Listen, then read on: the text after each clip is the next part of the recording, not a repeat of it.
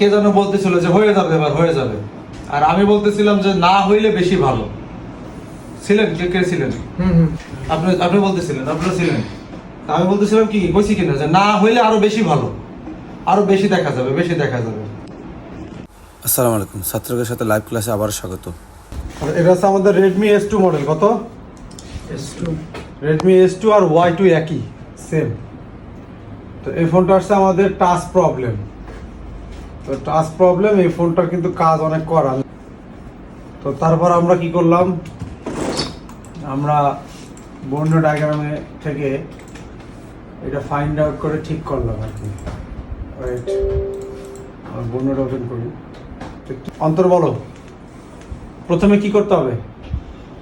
ওই শেপটা আছে কাজ করে না দেখাছেন? হ্যাঁ টাচ লাইনে জিআর চেক দিতে হবে। হ্যাঁ, ফার্স্টে আমরা তাই করছি, আমরা টাচ লাইনের জিআর চেক দিছি। কি দিছি? টাচ লাইনের জিআর চেক দিছি। চেক দেওয়ার পরে আমরা বিটম্যাপ আর বর্ণীয়তা দেখা এই ম্যাপটা আঁকছে, এই যে যেটা আপনাদের দেখাইছি, এই যে এটা এইভাবে, মানে 1 2 3 4 5 6 7 8 9 10টা পিন আছে। তো 10টা পিনে তো 10টা পিনে লাইন নাই, লাইন আছে 1 2 পাঁচটা 3 4 5টা। এই 5টাতে আমাদের মূলত কাজ আছে, 5টা মেইন আর একটা গ্রাউন্ড, মানে 6টা মোট। গ্রাউন্ড বাদ দিলাম আমরা। এখন এটা করার কারণ কি,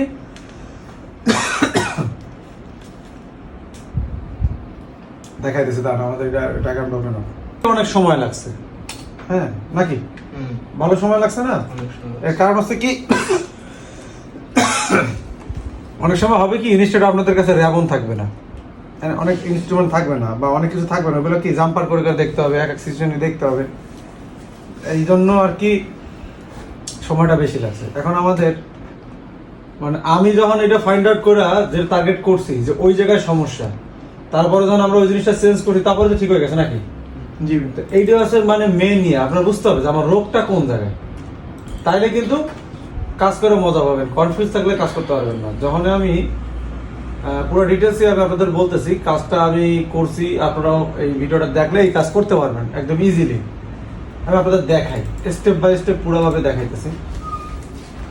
শো প্যাডস দেওয়ার পরে আমরা এখান থেকে যদি এটার একটু সাইড করি, সাইড করার পরে এই কাজটা কিন্তু লাইভ, যেগুলো কাজে আমাদের এখানে আসে স্টুডেন্ট ভাইরা লাইভ দেখে। দেখানোর পরে আমি কি করি, এই কাজটা তো দেখার পরে আমি আবার পরে স্টেপ বাই স্টেপ বুঝাই দিই কিভাবে এটা কাজটা হইলো।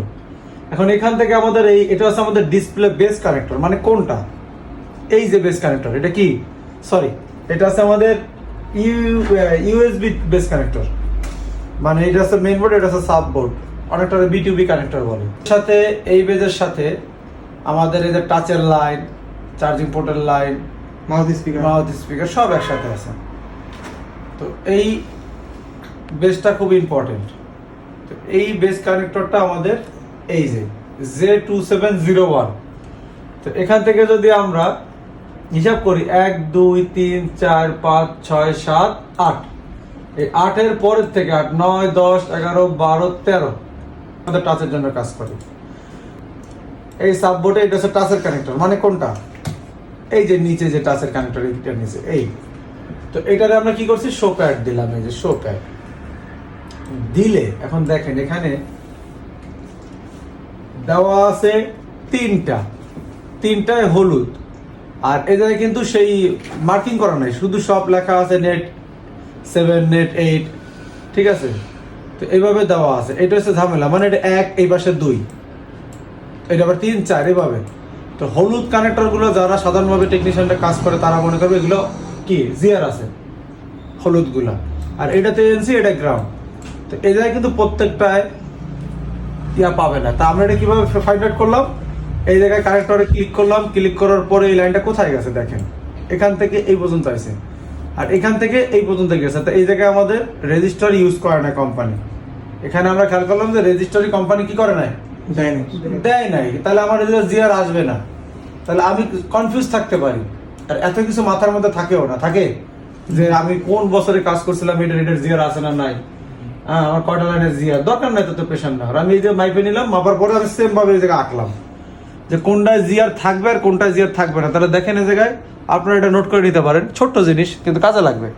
প্রথম দুইটা জিআর আসবে, পরে দুইটা জিআর আসবে না, পরেরটা গ্রাউন্ড। কিন্তু যদি আপনি এখানে খেয়াল করেন যে এইটা তিনটাই হলুদ, আপনার মনে হতে পারে তিনটা জিআর আসবে, তো এই জায়গায় কিন্তু আপনি ভুল হয়ে গেলে আপনি কনফিউজ থাকবেন, কাজ আগাইতে পারবেন না। এই জন্য আমি এটা নিজে করে নিছি, এরকম সব বিষয়ে আমি এগুলো করি। পরের এখানে দেখেন, আবার এদিকে খেয়াল করেন, এটা গ্রাউন্ড, এইটায় জিআর আছে, এইটায় জিআর আছে, এইটায় এনসি, এইটায় আবার জিআর আছে, তো এগুলো জিআর আসবে। এগুলো মার্কিং করে জাস্ট আমি এটা আইকে নিলাম। আঁকার পরে সেকেন্ড টাইম কি করলাম, আমি গেলাম হচ্ছে হার্ডওয়্যার সলিউশনে। হার্ডওয়্যার সলিউশনে যাওয়ার পরে আমি টাচ স্ক্রিনে জায়গায় চেক দিলাম, টাচ স্ক্রিন আসবে দেখেন। আচ্ছা, টাচ স্ক্রিনে যাইছে আমাদের, তো টাচ স্ক্রিনের এই জায়গায় দেখেন আমাদের লাইন আছে 1 2 3 4 5 6 1 2 3 সরি এখানে আছে 5টা, আর এই জায়গায় একটা আছে আলাদা, এই যে 2.8। আর এক্সট্রা আর একটা ভোল্টেজ আছে 2.8 এর আগে, এই যে টিপিভিডিডি, কি টিপিভিডিডি, এই জায়গায় আছে 1.8 আছে এই জায়গায়। তো এখানেও আমাদের 1.8 পাবো। আবার অনেক সময় 500-600 মিলিভোল্ট, কত 500-600 মিলিভোল্ট, এটাও 500-600 মিলিভোল্ট, এটা পাবো 1.7, এটা পাবো 1.7, এটা পাবো 2.8। ঠিক আছে, এটা এই যে ওরা মেনশন করে দিয়েছে, আরগুলো কিন্তু মেনশন করে নাই। তো এগুলো আপনার এই যে 2.8, আর এইটাই পাবো আমরা 1.7 বা 1.8। এই ভোল্টেজগুলো কি পাবো আমরা পাবো। কিন্তু আমি যখন জিআর চেক দিলাম, জিআর চেক দেওয়ার পরে আমি দেখলাম ওই পাশে জিআর ঠিক আছে, কিন্তু একটাই জিআর ঠিক ছিল না, মনে আছে কোনটায়? দ্বিতীয়টা, এই 2 নাম্বার নিচের এখান থেকে খেয়াল করেন, এইটাই জিআর ছিল না। তো পরে দেখলাম আমরা র্যাবনেতে সমস্যা, তো আমরা র্যাবনেতে কি করলাম, লাইন টাইনে দিলাম। র্যাবনে থেকে লাইন টাইনে দেওয়ার পরে তারপর আমাদের টাচে কি কাজ করছিল না করে নাই? করে নাই কিন্তু টাচে কাজ। তারপর আমরা কি করলাম, আমি ওই সময় আর হট টেস্টিং এ যাই নাই, মানে এই সাববোর্ডের এই যে কানেক্টরগুলো আছে, এই যে কানেক্টরগুলো, এই জায়গায় যে হট টেস্টিং কোনটায় ভোল্টেজ আসবে, তাহলে এই জায়গায় এখন আমি দেখে একসাথে বলবো এটাই ভোল্টেজ আসবে, এটাই ভোল্টেজ আসবে, এটাও ভোল্টেজ আসবে, এটাও আসবে, এটাও আসবে, সবগুলো আমাদের ভোল্টেজ আসবে। তো আমি দেখলাম যে ভোল্টেজ এই জায়গায় ঠিকমতো প্রকার পাইতেছে না, তখন আমার সন্দেহ যাবে কিসের উপরে, মানে রেবনের উপরে। ঠিক আছে, রেবন খুঁজলাম, রেবন খোঁজার পরে আমরা একটা রেবন পাইলাম নাকি, কিন্তু সেই রেবনটার অবস্থা বেশ একটা ভালো না। এই যে এটা হচ্ছে আমাদের সেই রেবন, এই রেবনটার অবস্থা ভালো না। এই রেবনের ভিতরে অনেকগুলো পয়েন্ট একেবারে নষ্ট হয়ে গেছে। তারপরে এই রেবনের বেস খুলে, এই রেবনের বেস খুইলা এই রেবনে আমরা লাগানোর পরে তারপরে আমরা চেক দিলাম, আর কোনটায় কত ভোল্টেজ আসবে এটা কিন্তু সবাই জানে, নতুন জানে, তাই না? তো এটা এই যে যেমন এইখানে দুইটাই কিন্তু আপনি ভোল্টেজ পাবেন 450-500 মিলিভোল্ট, কত মিলিভোল্ট। এখন এই জায়গাটা টেকনিক আমি শিখাই দেই, এই ভোল্টেজটা হইতে হবে সুইচিং ভোল্টেজ। কি ভোল্টেজ? সুইচিং ভোল্টেজ মানে আমি যখন ট্রিগার করবো সাইডের থেকে, বারবার আপনাদের ট্রিগার করাচ্ছিলাম, কারণ কি অনেক ফোনে 1.7 ভোল্টেজ আসে বা কম বেশি আসে, কিন্তু কিছু ফোনে আছে টাচ লাগানোর পরে যখন টাচ কানেক্টেড থাকে তখন ভোল্টেজ ইয়ে হয়, রিসেটের ভোল্টেজ। এদিকে একটা রিসেটের ভোল্টেজ আছে, এই দেখে, এই যে তখন আমি যখন দেখছি রিসেট ভোল্টেজ, এই যে রিসেট ভোল্টেজ, তখন আমি করছি টিগারিং করছি, মানে স্ক্রিন অফ করে আবার অন করতেছিলাম। তখন আমরা দেখতেছিলাম কি, তখন আমরা দেখা যায় যে আমরা এই ফল্ট পাইছি যে এখানেও ভোল্টেজ চলে যাইতেছে, আবার কি করতেছে, যখন আবার টিগারিং অন করতেছিলাম তখনই ভোল্টেজ আসতেছিল। তো এইভাবে আমি বুঝলাম যে আমার এই ভোল্টেজ লাইন ঠিক আছে, আর বাকিগুলো যে 1.7 সবগুলোই পাইতেছিলাম। আর এক জায়গায় আমি সমস্যা হয়েছি, সেটা হচ্ছে আমি একটু আপনাদের দেখাই। একটা কত কিলো ওহমের রেজিস্টার আপনাদের খুঁজে বাই করতে বলছিলাম, 2K একটা রেজিস্টার আমাদের মিসিং ছিল। ওই প্রোটোকল অনুযায়ী আমরা একটা রেজিস্টার তাদের খুঁজে বাই করতে বলছি। দেখেন না বোর্ডের কি অবস্থা, এখানে কানেক্টর নাই, মানে অনেক কাজ করা, আরো আনুষঙ্গিক অনেক ঝামেলা ছিল। পুরা ভিডিওতে আনতে গেলে ওই পরিমাণ অত বড় ভিডিও কেউ দেখবে না। তা আমি স্টেপ বাই স্টেপ আপনাদের বলছি এভাবে কাজ করবেন।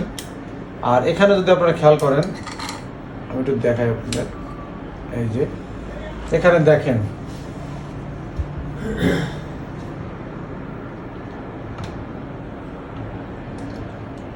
এই যে এখানে এই রেজিস্টারটা আমাদের স্টুডেন্ট ভাইরা ই করে লাগাইছে।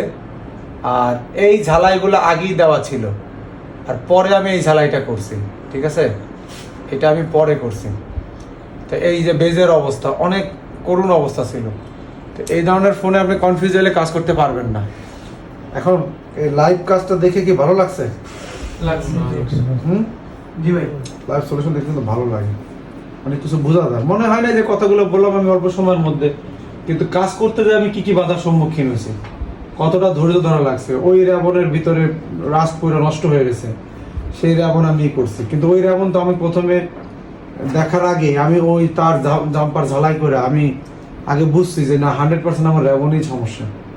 তারপরে আমি না র্যাবন এইভাবে করে কিন্তু একটা কাজ সমাধান হয়। আর বন্ধুরা আপনারা হয়তো বুঝতে পারছেন, তো আমি স্টেপ বাই স্টেপ আপনাদের বলছি। আর যদি সুযোগ থাকে কাজগুলো পুরো লাইভ আমি আনার চেষ্টা করবো। এভাবেই আমরা কাজ করছি, স্টুডেন্ট ভাইরা ছিল দেখছে, তো এইভাবে করার পরে কাজটা সমাধান হয়েছে। আর কাস্টমার একটু কনফিউজ ছিল যে ফোনটা ঠিক হবে কিনা, মানে ফোনটা এত কাটানো সবাই মিলে যে যেভাবে পারছে সেভাবে ইয়া করছে। আলহামদুলিল্লাহ ফোনটা আমাদের এখন কমপ্লিট। আমি টাওয়ার অন করি। আর একটা জিনিস, এই ফোনটা যখন আমি কাজ করতেছিলাম আমাদের স্টুডেন্ট ভাইদের সামনেই, আর একটা জিনিস, আমাদের ঈদের আগে আমাদের আবার কিছু ছেলে বের হবে, তো আমরা ওইভাবে কিছু ছেলে নিব যারা ঈদের পরে আসতে চান বা যারা আসতে ইচ্ছুক আছেন তারা আমাদের কাছে সিট বুকিং করে রাখতে পারেন। কারণ আমাদের অল্প কিছু ছেলে হইলে আমরা আর নিব না। সবাই ভালো থাকবেন, আমাদের জন্য দোয়া করবেন। আল্লাহ হাফেজ।